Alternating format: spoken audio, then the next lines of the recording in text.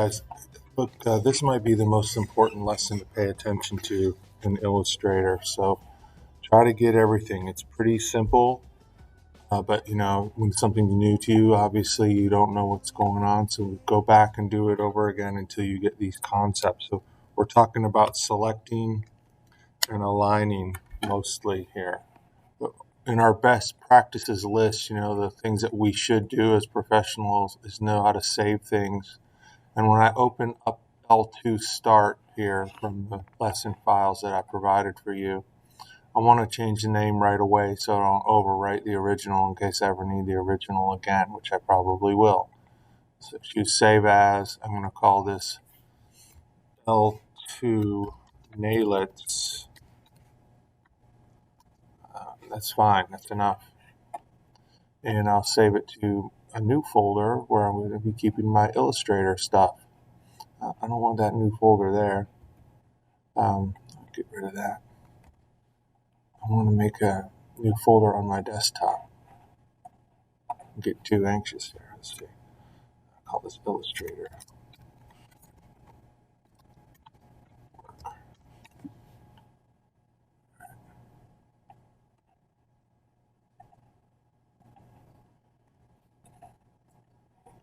Good.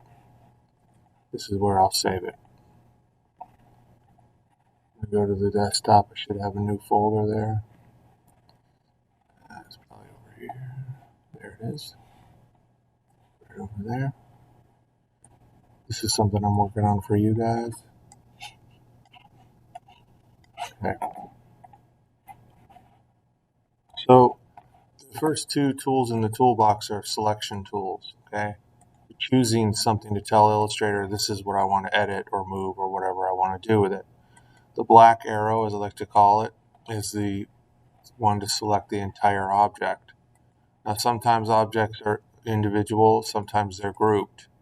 So once I draw the antenna and the head, if I like to keep these together, I will group them. So I'll choose Object Group. This will treat it all as one. So when I click one, they both select. Very handy, okay? I can also do the opposite, ungroup. Shortcut Control G or Control Alt G, I think, or Control Shift G. Shift Control G to ungroup and Control G to group. I always use Control G. It's really fast. So the white arrow, or the direct selection tool, will select part of it. You can select on the path. Like, say, if I wanted to make this come out, I could select the path. All right, I don't like that. Obviously, I don't like that. I can select the anchor point, okay? And maybe his head is a little flatter. Maybe not. Control Z to go backwards, obviously. But you can think of Illustrator as like a game of connect the dots. If I make a shape, okay, this is one of the bolts that he's made out of. It's just anchor point. Whenever I change direction, there's an anchor point, and then there's a path in between, and then it's filled with whatever you fill it with. Okay, it could be filled with nothing. You can put an outline and a fill, paint the inside or the path, and adjust these, okay, almost infinitely. So back to what we were doing. If you have either one of these tools out, you can make a marquee selection of either multiple anchor points, like I'm going to do right now. I'm using the direct selection tool. And you'll notice that just the tips where I put the little box turned dark blue, filled in blue. And now if I wanted these to be salad tongs instead of claws or whatever this looks like, I can just move those parts and the other parts stay still. I'm going to go back. Okay. Again, if I have the black arrow and I say I want to select the eyes, the head, and the antenna, I can use the black arrow and make a marquee selection. You should be kind of used to this. And you notice they're all selected. And then maybe I'll group those. Okay, maybe I just want to move them all at once. That's what I would do. Okay. There's another way to select that you can do by color. And it's use the magic wand. I don't know if I have it out. Yeah. If you don't have the magic wand on your toolbox, you can find by clicking here and going to finding, you can drag tools over onto the toolbox. Notice just like in Photoshop underneath, if there's a little triangle in the corner of the tool, there's more tools underneath, right? Okay, so I use the magic wand. I almost never use this, but I should use it. It's pretty nice. If I click this, it selects anything else that's red. If I click here, it clicks anything else that's red. If I want to select more than one thing, you guessed it, I can hold Shift and I'll select everything that's orange and red, or Alt and I can take away the orange and leave the red. Okay. Um, let's zoom out. I'll hit Control 0. Control 0. That's probably only going to show one artboard. Notice that also there's two artboards. You can do this in Photoshop too, but it came out first in Illustrator because often you want to use making like multiple components of a package of something.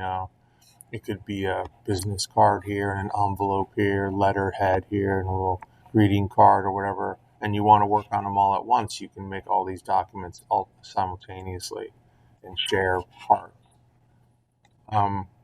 This is the pasteboard, the area over here. If you have a piece you want to keep, but you don't want it to print, you can leave it there and it'll always save with the file. I wish Photoshop did that, honestly, but it doesn't. Okay, you can hide stuff though, and it'll still be there. Anyway, as I was saying, you can use the magic wand to select things of the same color, or you can do it in another way. Let's just say I want to select everything silver. Notice it also selected over here on this artboard the thing that was also a silver gradient. But this didn't select because it's a flat gray. This is a gradient gray. You can see the difference. I select here, select all of that and all of that. Somehow it selected the eyes. I guess they're the same fill, but it almost looks like they're white even though they're the light gray since they're against this gradient, but they are the light gray. Interesting. Okay. So another way to do that, if you select something, say I select this red eye, I can go up into the options bar, which I don't have right now. Control. I want to have that here. You see what I did? If you didn't have it, I went to Window and opened the control panel, control bar, options bar. So I'll select this, and then there's a little guy up here to select similar options. I say I can choose what I want. It's like similar opacity, similar stroke weight, whatever it is. It's like, oh, everything that has the same red fill color I can select. You might be right now saying, well, so what? I mean, it's just two. I could have just selected them. But like, you can have a super, super complex illustration. And it's like, man, I want to change everything that's purple to a lighter purple. You can just choose that, and it does it so fast for you. You'll value it later. So, marquee select one, hold shift, select the other one, hold shift, select that one, and you can see the bounding box. I only have that one. I could marquee select while holding shift, not have everything, and maybe take away this one, just the one, and on and on. So you get the hang of it. So that's selecting. I don't think I missed anything. All right. Let's work on this mouth a little bit. It looks a little discombobulated. It's that way on purpose.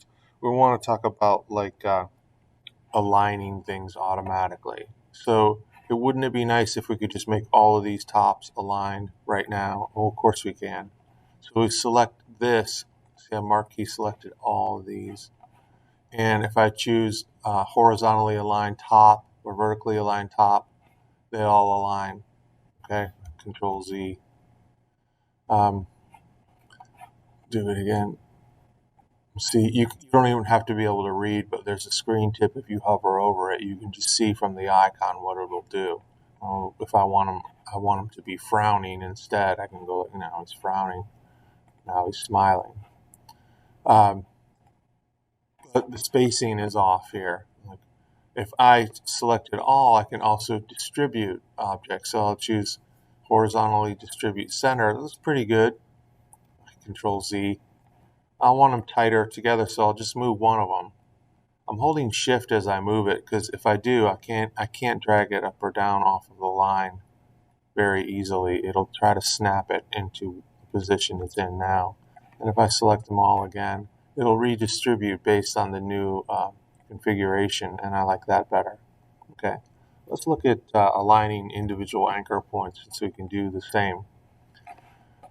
I can take just these ones. It's like I want to try to make it smile a little bit more, I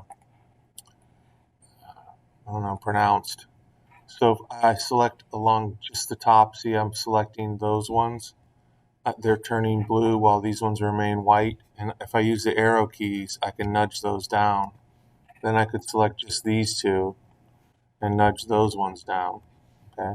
These ones are sticking up too high. I could select these. I'm marquee selecting the top. I'm holding shift, marquee select the top. I have the two. Now I'm nudging those down. Okay. I think that's pretty good. I still want it to kind of look robotic. But if I wanted to, I could select all of these again, all the tops. And I want to use the direct selection tool. This is going to look weird. If I align, I know it's going to look wrong, but I'll do it anyway to show you. I can select just the anchor points and say it's going to flatten them all out. So look, all of these dots are lining up along the same horizontal point. Hit Control Z. But what if I say I wanted to just get the tops? There's another way to make these selections, more than one, but I'll use the lasso tool this time. I'm going to just try to lasso the very tips. This is like the white arrow, but as a rope, you know what I mean? So I can just kind of like draw over the points I want to get. And if I look, I can see I did just get all the tops. And now if I do this again, it's different. It's stretched them out though. It's not what I wanted. But I want to show you can align anchor points. We'll do it again later, but I'll leave the mouth the way it is. I'm going to take this selection, and let's just say it was a complex selection. I'm going to group it, Control G, and I'm going to say select, save selection, and just call it mouth. Now, if I ever want to select it again, I can. Okay, I wouldn't because it's too easy. But if out in the real world where we're working on something harder, we could save a complex selection, and then anytime we wanted to reselect, we could just hit that and see it selects. Okay. Let's work on the body a little bit. This is like the body; it's cut off at the bottom. So I showed you how to align a selection, but let's say I want to align to the page itself, to the artboard itself. I'll take this, and first I want to get this straight. So let's do that thing I was just showing you about aligning anchor points. I'll go to the direct selection tool. I'm going to select this anchor point, and then this one. I'm going to hold shift, but I want to align to a key object. I want to align to this one. So if I click it again, it'll get darker. Let's see. Let's just shift. It should. So click once. I got to shift.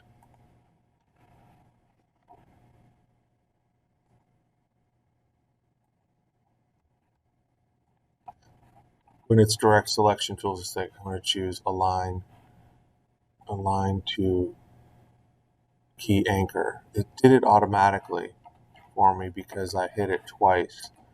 And I'm just going to hit align. And I'll do it with a regular selection tool. See, and then it just made it match that one. Let me do it with the regular selection tool because it's easier to illustrate that way. Okay, so I'll take the black arrow. I'm going to just move this eye out of whack. I'll hold shift so I don't get it off right there. So if I select here and then hold shift and select here, if I click one of these objects, like I want it to align to this, I can just click this one again and see how it gets like a dark blue around it.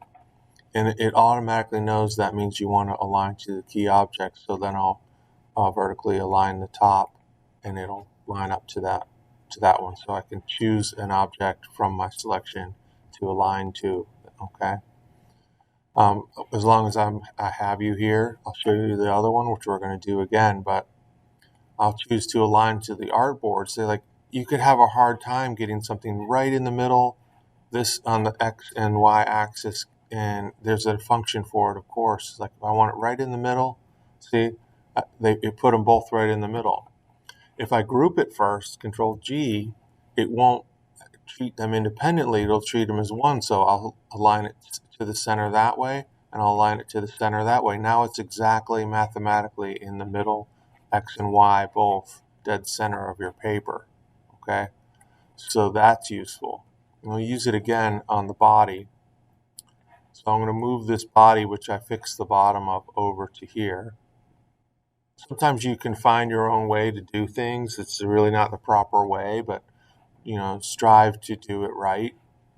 And as you practice more and you do it more, that'll all kind of flesh out for you. You start breaking bad habits. Like if you feel like you're trying to cheat a way to get things to work, try to find the right way. I did stuff like I had no idea what I was doing at one point, very very early, and I would doing things kind of wrong, but still getting it, especially with the pen tool. Luckily, I will teach you how to do it right. But let's say I put this here, I can, with it selected, and I choose to align to the artboard. Okay, the page itself. Let's call it the page. But I will choose to flush align bottom. See, and it goes straight to the bottom, right on the exact edge. It's very nice. This brings up another thing I wanted to talk about. These objects are stacked like pancakes, on top of each other. Every time you make a pancake, you put another one on top of it on the plate. Every time you draw a shape, it's on top of the last one you drew. So sometimes you want something to go behind. So it has a layers panel here. Illustrator does, of course. You could use, if you really want to stack things, you can make in separate layers and then rearrange the layers, but you can also expand the layers. So if I have the body here, I can see it lights up here in the layers stack. And I can move that to the bottom this way. Let's see, try to do it here. And just put it inside another layer. It's a little tricky. I wouldn't do it this way, but you can. I'll keep going down. I don't want it, see, I'll move it to the bottom. See, there we go, top. This object, the better way to do it, I don't want to confuse anybody, so I'll just close that, skip that, but just know about it.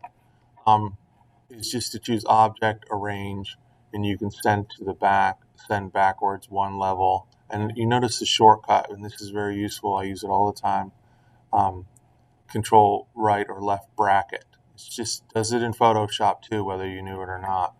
So I'll choose Control right bracket until it comes to the front or it goes to the back, and I'm hitting multiple times. If I'll hit Control Shift left or right, it'll bring it to the top or all the way into the back in one step. Sometimes you want to just keep hitting Control left bracket, and now it's right where I wanted it to be. I got some kind of noisy fan going off in my background. I'm going to go try to turn it off and then come right back.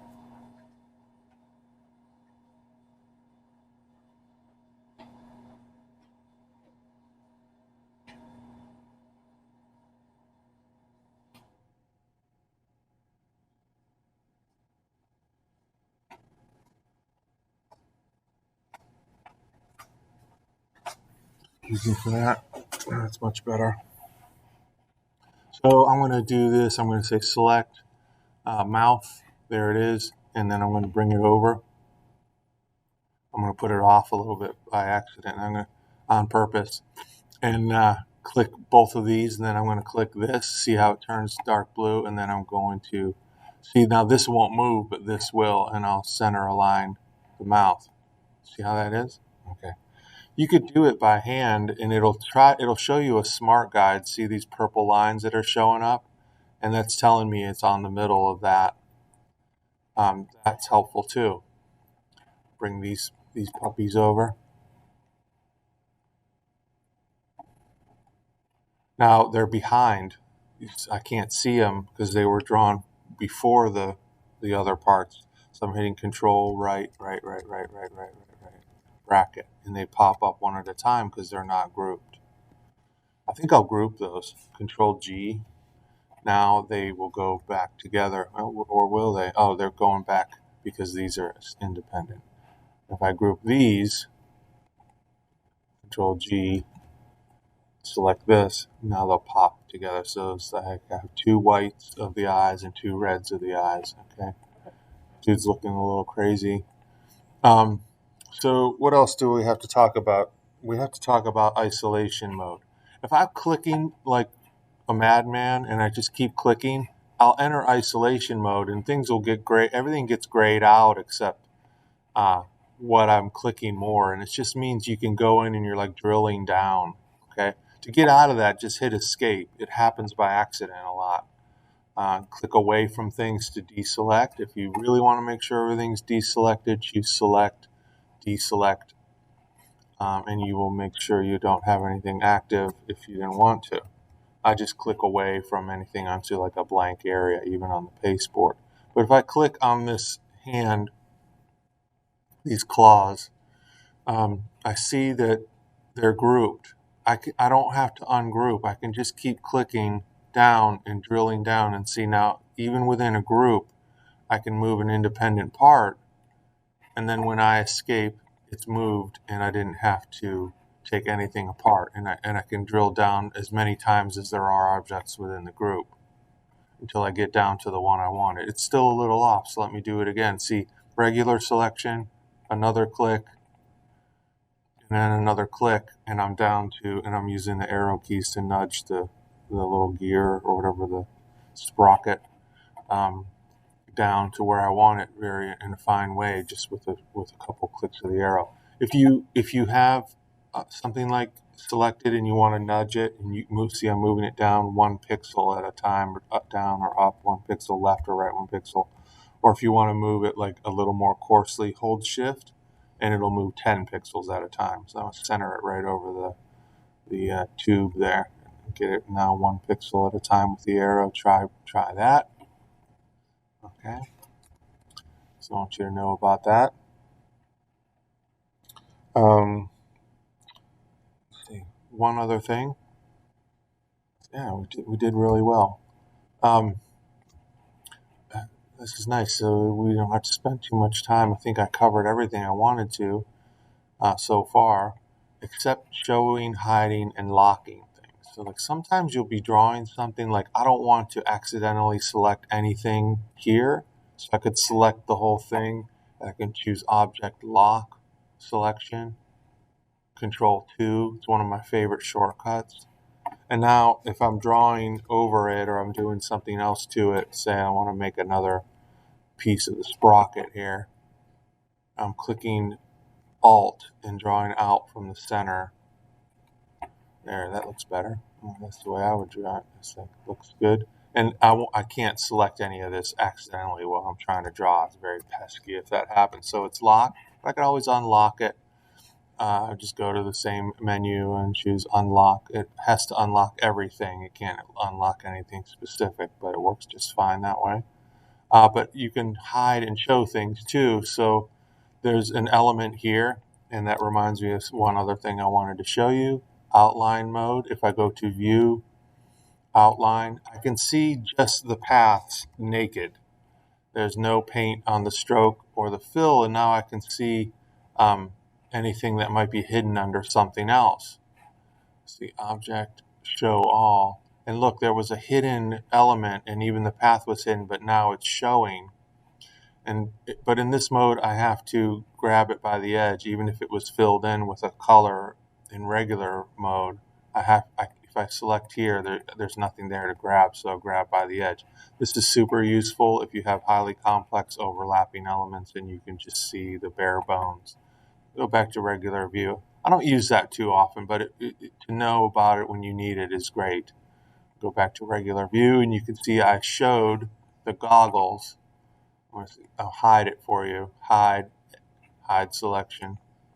And that can be very useful too. If there's some clutter in your way, just hide it, draw underneath of it, and then show it again. I'll show it again. Show all. I don't really care for the way I can't see his eyes that well, so I'm going to select this inner shape and I'm going to reduce the opacity. I think there is a transparency panel, but it should have been in the options bar. Yeah, there we go. And it's doing the whole thing. I just wanted to get this, so I'll enter isolation mode for the fill.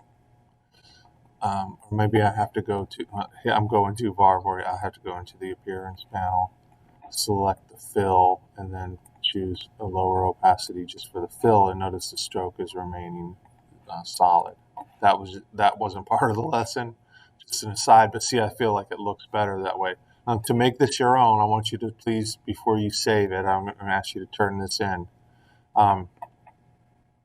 I want you to change the color of this gradient to something else. So please do this last. Window, gradient panel, and these color stops, I want you to pick this one and make them a different color. Make something that looks nice. I want to go like with a pink. And I guess, I don't know if it's proper to say that now it's a girl robot. Guys can like pink too, right? Okay, you see what I did? I double click the gradient stop, and then I just picked a different color. I'll do it again. I'm just clicking here, double click. I'm gonna make a really light blue.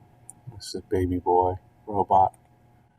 And another one. All right, that's pretty nice. I probably would change all of that too, which you can do as well. I'm just asking you to do this at least to show me that you did it yourself. I'll probably change the stroke of this now to a darker blue. That's better. There's so much more we can do, but I want you to do all of this and know this well, because these are like the bare basics that I want you to know. You'll be able to manage just about anything if you know this well. Okay, so I'm going to save this. Control-Shift-S, or File Save As. I want you to make it a PDF. Okay. I want to call this L2 Nail It's Robot, just so the teacher can know what file is what if things get mixed up. Saving it as a PDF. If you're really fancy and you like me a lot, you can delete this other artboard for me, choosing the artboard tool. Hit delete. I don't need that anymore. And I'm going to save again. Control S, Control W to close, and go in here, and I can see I have a PDF. This is what I'll turn into Google Classroom. If I open it up, it'll open up in PDF Viewer. Anybody can open up a PDF. Not everybody has Illustrator. That's a cute little robot that we just made together. I hope you liked it. That's the end. Turn it in. I'll talk to you later.